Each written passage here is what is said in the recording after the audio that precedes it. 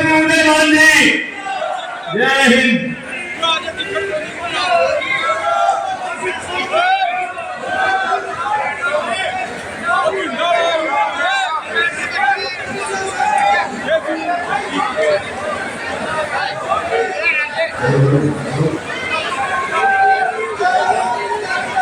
दादरी मैं सबसे पहले तो इस बहादुर पवित्र भूमि को मेरा नमस्कार। मेरा भाई मेरी जगहों में भी यहाँ का खून बह रहा है। मेरी दादी दादरी की थी।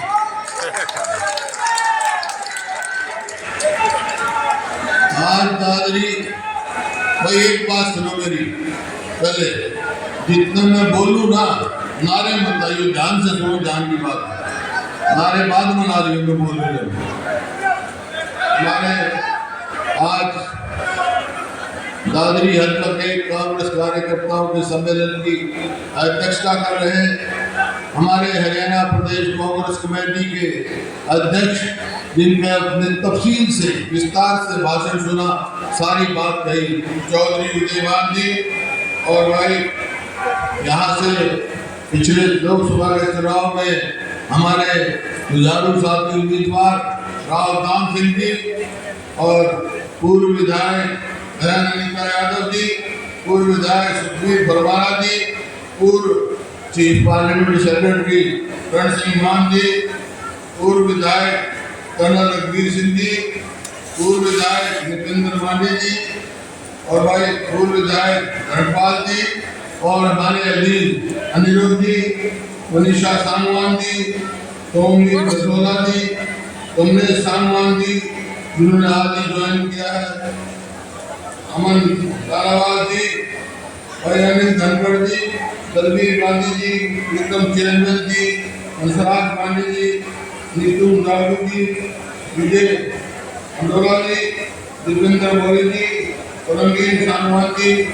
राजकुमार जी, सुरेंद्र परमार जी, जगत बागड़ा जी, रघु पवार जी, लीला समस्तपुर जी, देवेंद्र जरावर चरखी, राजेश सरपंच, बलराज फोगाट, सोनू साहब, बलदीप फोगाट, सुनीता सांगवान, सुनीता जगदीप फोगाट जी, राधेश्याम भड़ोली जी, सुरेश पांडवान जी, जय भगवान मस्तान जी, रणधीर जी, भाई इंद्रजीत सांगवान जी, प्रवीण चेयरमैन जी व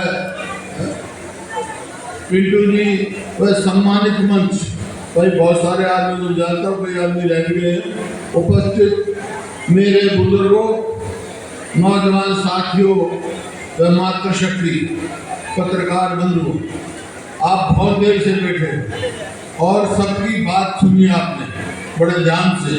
हमारे अध्यक्ष जी ने भी पूरा विस्तार से आपको बताया क्या हालात थे, आज क्या है, हमारा हरियाणा कहाँ था, आज कहाँ है। और यही पीस मेरे दिल में है।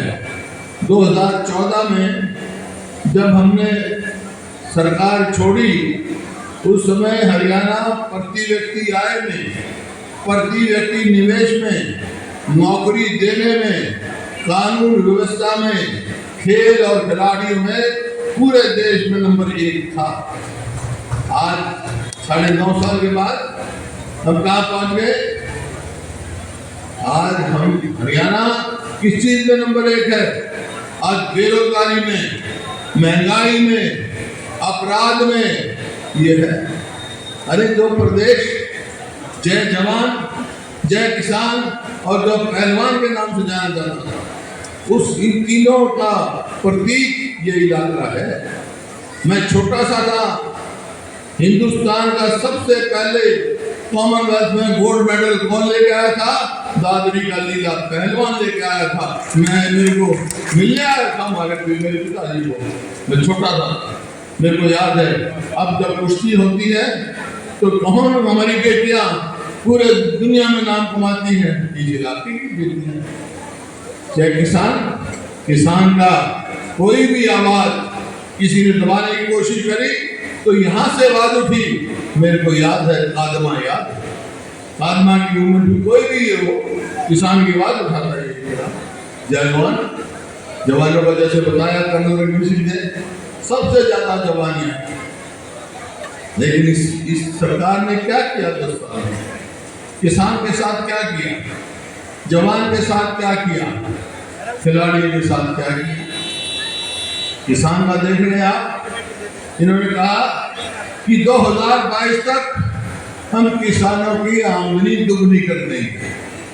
बार बार कहते रहे, खट्टर साहब मुख्यमंत्री थे, रोज बयान आते रहे, दिल्ली से बयान आते रहे, किसान की आमदनी दुगनी कर देंगे। नतीजा क्या हुआ? किसान की आमदनी तो दुगनी नहीं करी गई, इनसे लागत दुगनी कर दी, दुगनी से भी ज्यादा। याद कर लो 2014 में डीजल का क्या भाव था, कीटनाशक दवाई का क्या भाव था, खाद का क्या भाव था, आज क्या भाव है? अरे तो बिजली 10 पैसे ही उड़ कर गया था मैं, और सारा यहाँ आपका कर गया था, कितनी गहराई से आएगा सब उस समय कर गया था, इनने तो कुछ नहीं किया। ये तो किसान लोग एमएसपी नहीं मिलती, एमएसपी गारंटी की बात करते थे, स्वामीनाथन की बात करते थे, कोई फैसला नहीं। किसान आज कर्जे में दब चुका है। आज 2014 में अगर देश के किसान पर 7 लाख करोड़ कर्जा था, तो आज 10 साल के अंदर अंदर आज देश के किसान पे 24 लाख करोड़ कर्जा हो चुका है। दब रहा है किसान, आमदनी नहीं बढ़ रही। इसी प्रकार से जवान का देख लो आप, जवानों का जो है भविष्य अंधकार में डाल दिया, चाहे वो अग्निवीर हो। अरे 4 साल में घर आ जाएगा, ना उसकी पेंशन, ना उसको विमान, ना कोई सम्मान, घर आ जाएगा, घर आ क्या करोगे? पहले तो फौज में भर्ती होते छोरे के रिश्तेदार लाग जाते थे। ईद क्यों करेगा भाई? 21 साल से कम शादी नहीं हो सकती, 18 साल का भर्ती होगा, 22 साल का चुनाव होगा, कौन करेगा? ये अग्निवीर बना दी। और हरियाणा में ये कौशल रोजगार निगम बना दिया है। उसका क्या काम? भ्रष्टाचार का अड्डा, लूट की दुकान, ना तो पक्की नौकरी, ना पेंशन, ना मेरिट, ना रिजर्वेशन, ठेके पे नौकरी देते हैं। 1 साल के लिए देंगे, 2 साल भ्रष्टाचार के 2 महीने की भ्रष्टाचार में उसकी तनख्वाह दे देंगे, 1 साल के बाद घर भेज देंगे। हमने तो ठेकेदारी सिस्टम बंद किया था कि सरकार को ठेकेदार बन के बैठ, ये दोनों के साथ किया। और खिलाड़ियों के साथ आपको याद, जिन हमारी बेटियों ने हमारा नाम दुनिया में ऊपर लेके गई, पहलवान बेटियां हमारी, जंतर मंतर पे क्या सलूक हुआ उनके साथ, किस तरह घसीटी गई, आज तक भी न्याय नहीं मिला। तो भाई ये किसके है? आप किसी का देख लो। मैंने कहा जैसे अपराध, देखो ये बात ठीक है, पहले कोई साथी बोले, शायद मान साहब कह रहे थे कि 2005 से पहले भी अपराध की ऐसे ही थी। आज पूरे देश में सबसे असुरक्षित प्रदेश कौन सा है? हरियाणा है। कि मेरे आपने नहीं, केंद्र सरकार के आपने असुरक्षित माना गया हरियाणा को। तो भाई क्यों? रोज विरोधियां भी आते हैं, डाके पड़ रहे हैं, अपराध बढ़ रहे हैं। 2005 में भी ऐसे, लेकिन 2005 में मेरे को मौका मिला, कांग्रेस की सरकार बनी, मैंने एक बात कह दी थी अपराधियों से, भाई या तो अपराध छोड़ दो या हरियाणा छोड़ दो।